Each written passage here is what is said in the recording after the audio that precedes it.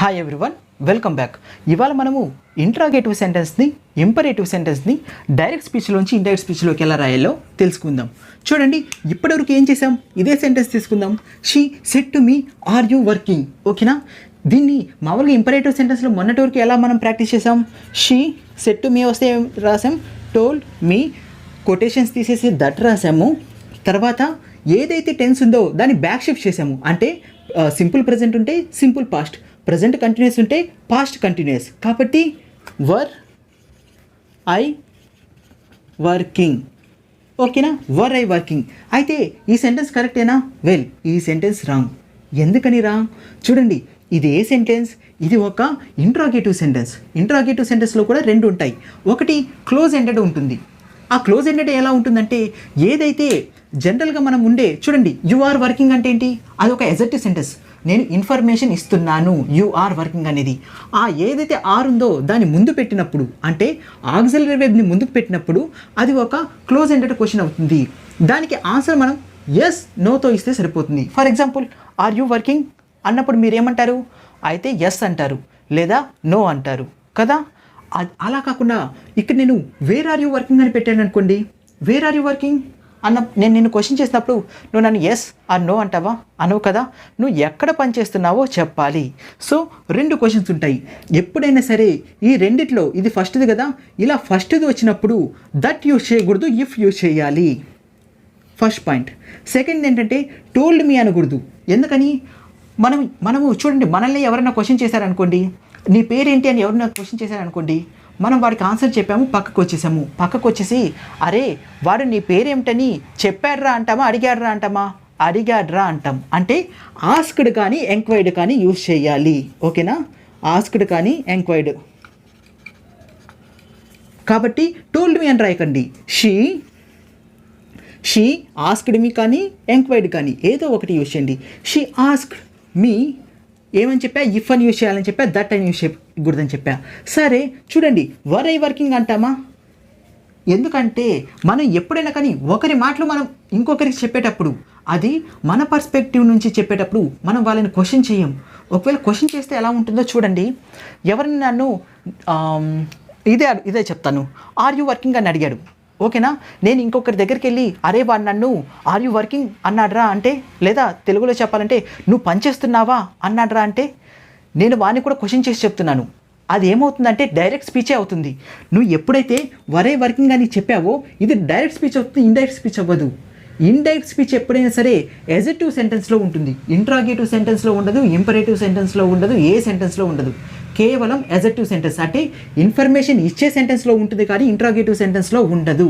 కాబట్టి ఏదైతే సెంటెన్స్ ఉందో దాన్ని నువ్వు ఎజెక్టివ్ సెంటెన్స్ చేయాలి, దాంతోపాటు బ్యాక్ షిఫ్ట్ కూడా చేయాలి. ఓకేనా? ఒకవేళ మీకు డౌట్ ఉందనుకోండి ఎలా చేయాలి ఏంటని, ఇంట్రాగేటివ్ సెంటెన్స్ రాగానే మీరు ఏం చేస్తారంటే దీన్ని ముందుకు పంపించేసేయండి. ఓకేనా?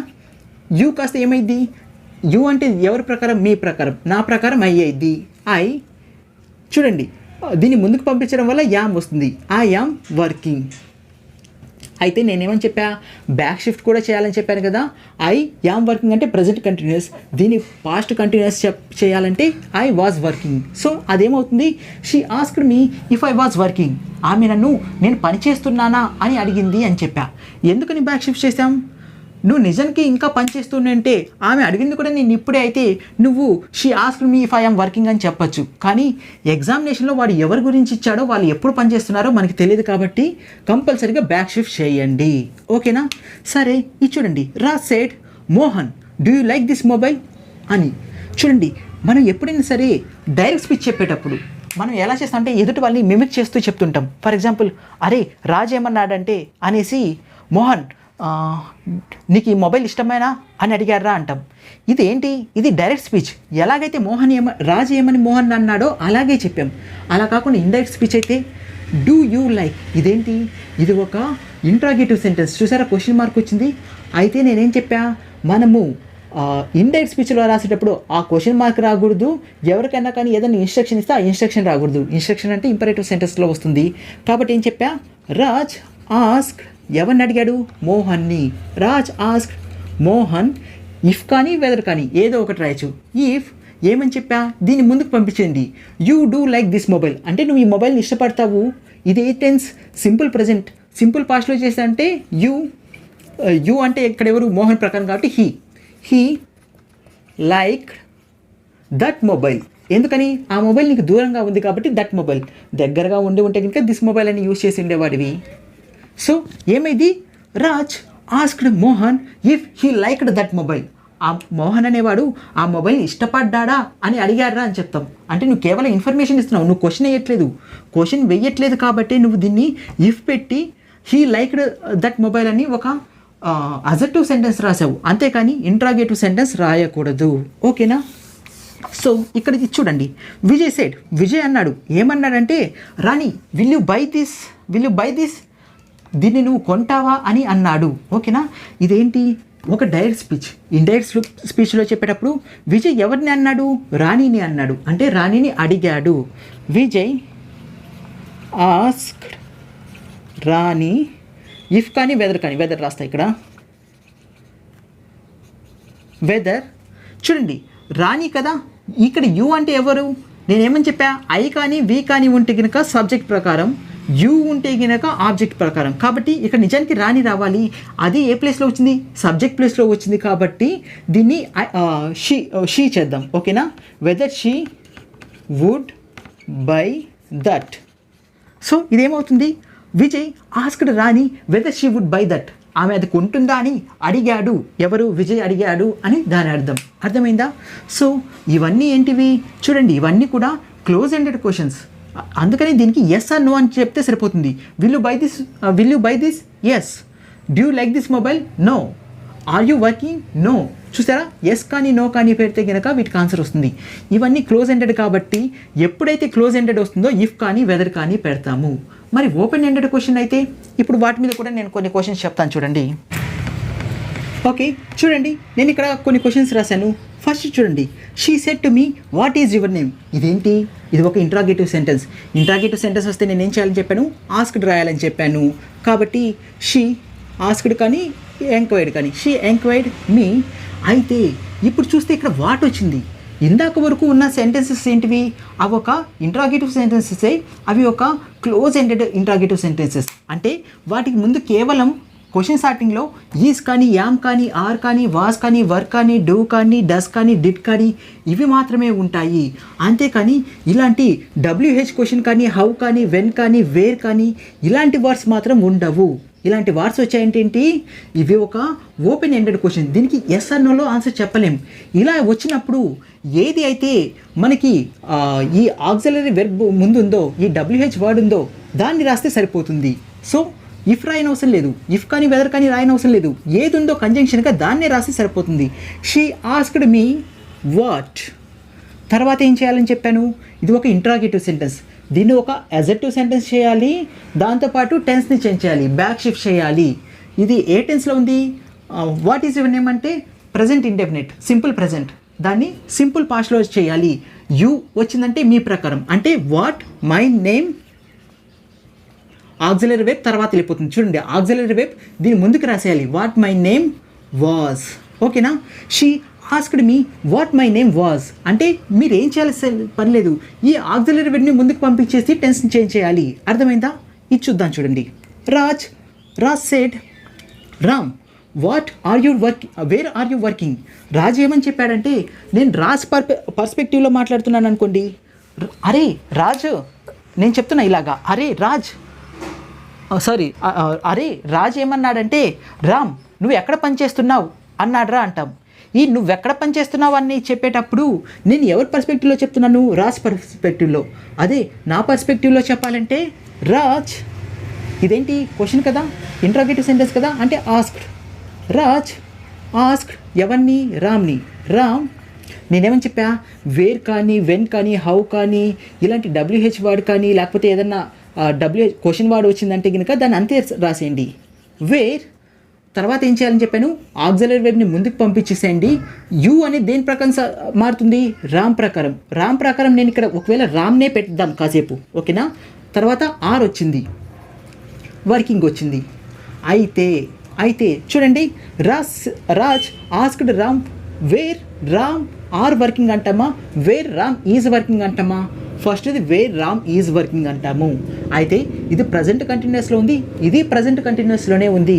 ఒకవేళ ఇక్కడ సెడ్ వచ్చింది, హ్యాస్ సెడ్ కానీ ప్రజెంట్ పర్ఫెక్ట్ కానీ ప్రజెంట్ కంటిన్యూస్ కానీ వస్తే టెన్స్ చేంజ్ చేయకుండా రాస్తాం. కానీ ఇది గతంలో అడిగింది కాబట్టి టెన్స్ చేంజ్ చేయాలి, వాస్ పెట్టాలి. అయితే రామ్ అనేవాడు ఇక్కడ కూడా రాసాం. Raj asked Ram where Ram was working అంటామా? అరే రాజ్ రామ్ని వాడు ఎక్కడ పనిచేస్తున్నాడు అంటామా? వాడు అంటాం కాబట్టి రామ్ తీసేసి, అంటే సేమ్ ఒక నౌన్ ఇంకొకసారి వచ్చినప్పుడు మళ్ళీ దాన్ని ప్లేస్ చేయకుండా దాని ప్రనౌన్ని పెట్టాలి. రామ్ ప్రకారం హీ పెడతాము. సో అదేమవుతుంది, Raj asked Ram where he was working. Raj రామ్ని వాడు ఎక్కడ పనిచేస్తున్నాడు అని అడిగాడు రా అని చెప్తున్నాము. అర్థమైందా? ఇది చూద్దాం. She said Raj how can you do this. Raj నువ్వు దీన్ని ఎలా చేయగలవు అని అడిగింది. కాబట్టి ఏం చేసింది, ఇంట్రాగేటివ్ క్వశ్చన్. కాబట్టి ఏం చేయాలని చెప్పాను, ఆస్క్డ్ కానీ ఎంక్వైర్డ్ కానీ. షీ ఆస్క్డ్ ఎవరిని, రాజ్ని. రాజ్ హౌ వచ్చింది కాబట్టి ఇలాంటి క్వశ్చన్ వర్డ్ ఏదైనా ఉంటే దాన్ని అంతే రాసేయండి. తర్వాత యూ వచ్చింది. యూ అంటే ఎవరు, ఇక్కడ రాజే. నేను చేంజ్ చేసి తర్వాత మారుస్తాను చూడండి. యూ అంటే రాజ్ కాబట్టి రాజే రాయండి. రాజ్ కెన్ ఏం చేయాలని చెప్పా, సబ్జెక్ట్ ముందుకు వెళ్ళాలని చెప్పా. కెన్ డూ దిస్ కాస్త దట్ అవుతుంది కదా. అయితే ఇక్కడ సెడ్ వచ్చింది. ఒకవేళ హ్యాస్ సెడ్ కానీ లేకపోతే షీ ఈజ్ సేయింగ్ కానీ కంటిన్యూస్ టెన్స్ కానీ ఇలాంటివి వస్తే కనుక మనం టెన్స్ చేంజ్ చేయము. కానీ సెడ్ వచ్చిందంటే టెన్స్ చేంజ్ చేయాలి కదా, టెన్స్ చేంజ్ చేయాలి. కాబట్టి కెన్ కాస్త కుడ్ అవుతుంది, దిస్ కాస్త దట్ అవుతుంది. అయితే ఇక్కడ రాజు వచ్చింది, మళ్ళీ అదే రాజుని మళ్ళీ రాసాం. ఈ రిపిటేషన్ని తీసేయడానికే రాజు బదులు హీని పెట్టాలి. అప్పుడు అదేమవుతుంది, she asked Raj how he could do that. అతను అది ఎలా చేయగలిగాడు అని ఆమె అడిగింది అని అంటున్నాం. అర్థమైందా? సో ఇవి ఇంట్రాగేటివ్ క్వశ్చన్స్ని చేంజ్ చేయడం. చూడండి ఇక్కడ కొన్ని ఇంపరేటివ్ సెంటెన్స్ రాశాను. ఇంపరేటివ్ సెంటెన్స్ ఏంటి, ఎదుటి వాళ్ళకి ఇన్స్ట్రక్ట్ చేయడం. For example Vinay said close the door. Vinay ఏమని చెప్పాడు, క్లోజ్ ద డోర్ అని చెప్పాడు. చూసారా, ఫస్ట్లోనేమో ఇక్కడ ఒక సబ్జెక్ట్ వచ్చింది, హీ క్లోజ్డ్ ద డోర్, లేకపోతే he closes the door subject వచ్చింది. అది ఒక ఎజెక్టివ్ సెంటెన్స్ అయింది. తర్వాత ఏమొచ్చింది, ఈజ్ కానీ యామ్ కానీ ఆర్ కానీ వచ్చింది. తర్వాత వాట్ కానీ ఇవి వచ్చాయి. ఇవి మొత్తం ఏంటి, ఇవి మొత్తము ఇంట్రాగేటివ్ సెంటెన్స్. అలా కాకుండా డైరెక్ట్గా ఏదైతే మీ కొటేషన్స్లో ఉందో అప్పుడు వెర్బ్ ఫస్ట్ ఫామ్ వచ్చింది అంటే అది ఏమవుతుంది, అది ఒక ఇంపరేటివ్ సెంటెన్స్ అవుతుంది, ఒక కమాండ్ అవుతుంది. ఎప్పుడైతే ఇలాంటి కమాండ్ వచ్చిందో దాన్ని మీరు ఏం చేయని పని లేదు. ఇది కమాండ్ అంటే కమాండా లేకపోతే రిక్వెస్టా ఏదో ఒకటి తెలుసుకోండి. సపోజ్ ఇది కమాండ్ అనుకోండి, ఈ Vinay said close the door అనేది కమాండ్ అనుకోండి. అప్పుడు ఏమంటామంటే Vinay commanded to close the door. చూసారా, మనం ఏం చేయలేదు. ఇందాక వరకు కంజంక్షన్గా ఏం యూజ్ చేసాం, ఫస్ట్ దాంట్లో దట్ని కంజంక్షన్గా యూజ్ చేసాం. ఎప్పుడు, అది ఒక ఎజెక్టివ్ సెంటెన్స్ అయినప్పుడు. తర్వాత క్లోజ్ ఎండెడ్ అయితే ఇఫ్టే కానీ వెదర్ని కానీ కంజంక్షన్గా యూజ్ చేసాము. ఒకవేళ అది ఒక ఓపెన్ ఎండెడ్ అయితే వాట్ కానీ వెన్ కానీ హౌ కానీ వేర్ కానీ ఇలా ఏది వస్తే దాన్ని యూజ్ చేసాము. అలా ఇవేవి కానప్పుడు ఒక వెర్బ్తో స్టార్ట్ అయినప్పుడు టు పెట్టి ఏదైతే సెంటెన్స్ ఉందో ఆ సెంటెన్స్ని రాసేస్తాము. Vinay commanded to close the door. ఓకేనా? అదే ఇక్కడ చూడండి, ఇది అదే రాసానా? ఓకే, ఇక్కడ ప్లీజ్ రాద్దాం లేకపోతే. ఓకేనా?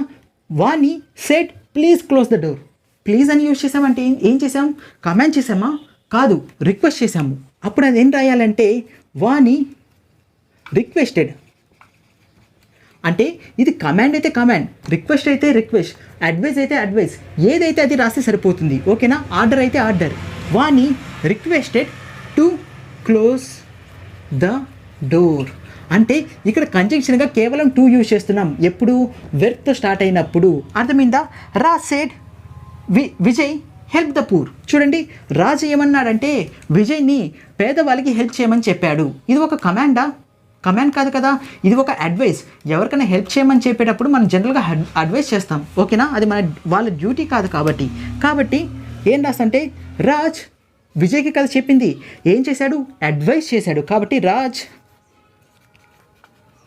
Advised Vinay to help the poor. చూసారా, కేవలం టూ పెడితే సరిపోతుంది. కాకపోతే మనం చేయాల్సింది అయితే ఏంటంటే ఈ సబ్జెక్ట్ అనేవాడు అడ్వైజ్ చేశాడా, కమాండ్ చేశాడా, రిక్వెస్ట్ చేశాడా, ఆర్డర్ చేశాడా, ఇవి తెలుసుకొని అది Vinay requested, Vijay ordered, Vijay commanded ఇలా పెడితే సరిపోతుంది. టు పెట్టి ఏదైతే సెంటెన్స్ ఉందో ఆ సెంటెన్స్ని అంతే రాసేయాలి. కాకపోతే గుర్తుపెట్టుకోండి, ఇక్కడ ప్లీజ్ వచ్చినప్పుడు Vinay requested to please close the door అని మాత్రం రాయకండి, ఓకేనా. ఇక్కడ ప్లీజ్ ఉండకూడదు. లేదా కమాండ్ అయితే కనుక మనం కమాండెడ్ అని చెప్పం కదా, ప్లీజ్ మాత్రమే చెప్తాము. కాబట్టి ఇలా ప్లీజ్ వచ్చినప్పుడు ఇక్కడ కూడా ప్లీజ్ పెట్టకండి, దాని బదులు ఇక్కడ రిక్వెస్ట్ పెట్టేసాము, సరిపోతుంది. సో ఇది డైరెక్ట్ స్పీచ్ నుంచి ఇండైరెక్ట్ స్పీచ్కి మార్చడం, ఓకేనా. సో ఈ క్లాస్ మీకు నచ్చితే కనుక లైక్ చేయడం, షేర్ చేయడం, సబ్స్క్రైబ్ చేయడం మాత్రం మర్చిపోకండి. Thank you.